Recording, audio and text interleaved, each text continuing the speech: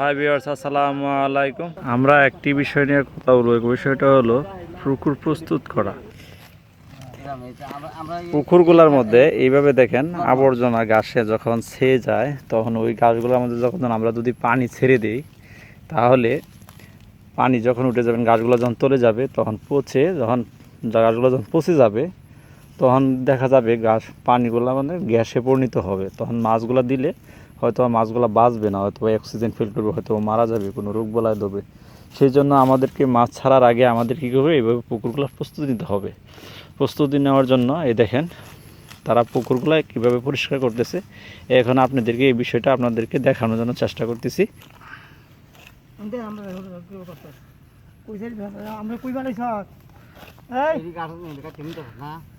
এইভাবে আপনারা পুকুরগুলো করবেন।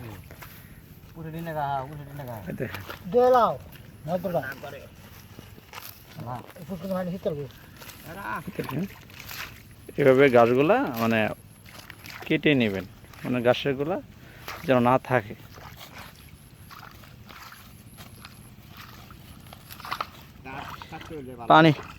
পানির মধ্যে যে গোলা ঘাস আছে, ওইগুলা ঘাসকে ওইভাবে পরিষ্কার করে নেবেন, কখনো যেন পানির মধ্যে গাছগুলো না থাকে। গানের মধ্যে যদি গাছ থাকে, তো এই যে আপনাদেরকে যেভাবে কথা বললাম, পানি নষ্ট হয়ে যাবে, পানিগুলো গ্যাস হয়ে যাবে, তখন মাছের ক্ষতি হবে।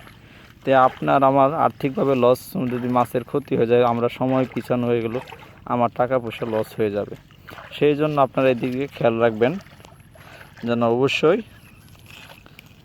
আগাছাগুলো পরিষ্কার করে মাছ দেওয়ার জন্য চেষ্টা করুন। আগাছা যদি পুকুরে থাকে, আরেকটা জিনিসের ভয় থাকে, যেমন ছোটো মাছ দিলে ব্যাঙ, সাপ, ঘুইল, এইগুলা যখন ঘাসের মাঝখানে বসে থাকে, তখন ছোটো মাছগুলো তো লড়তে পারে না, চড়তে পারে না, তারা তখন সাপে ভেঙে মাছগুলা খেয়ে ফেলে।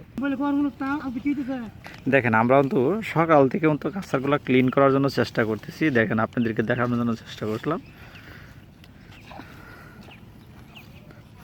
এই যে আমার ভাই দেন পানির মধ্যে নামিয়ে মানে পরিষ্কার করতেছে। এইভাবে ক্লিন করে নেবেন, পানির মধ্যে কোনো যেন আগাছা যেন না থাকে, এই জিনিসটি সবসময় লক্ষ্য রাখবেন।